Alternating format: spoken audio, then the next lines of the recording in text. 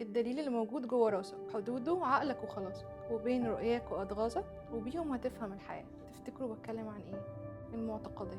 احنا دايما بنقع في حيرة، هل لازم نمشي بالمعتقدات اللي الناس كلها عارفاها عشان محدش يحس ان احنا مختلفين، ولا تدوري على معتقداتك انتي وتثبتيها وتمشي عليها؟ السؤال ده ممكن يفتح سيل من الأسئلة اللي لازم انتي اللي تردي عليها، بس الأهم من انك تردي ان الفريم بتاع معتقداتك تكوني مرتاحة فيها ومدركة تفاصيله ومقتنعة بيها.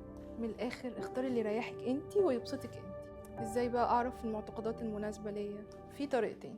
اول طريقة انك تقعدي مع نفسك بورقة وقلم ونرد على كل الاسئلة اللي بتدور في دماغك عن كلمة معتقدات، ودي طريقة عقلانية شوية. في بقى الطريقة التانية، دي بتكون اكثر وعي، اننا نشغل الوعي بتاعنا في يومنا الطبيعي ونشوف بنعمل ايه وتصرفنا ازاي، وازاي الموقف ده اثر عليا، وازاي ضايقني، وليه اصلا ضايقني، وليه ده عصبني، وليه حسيت ان الموقف ده عادي، وليه ده قريب مني ومن تفكيري. كأننا بالظبط بننور الكشاف على نقطة معينة.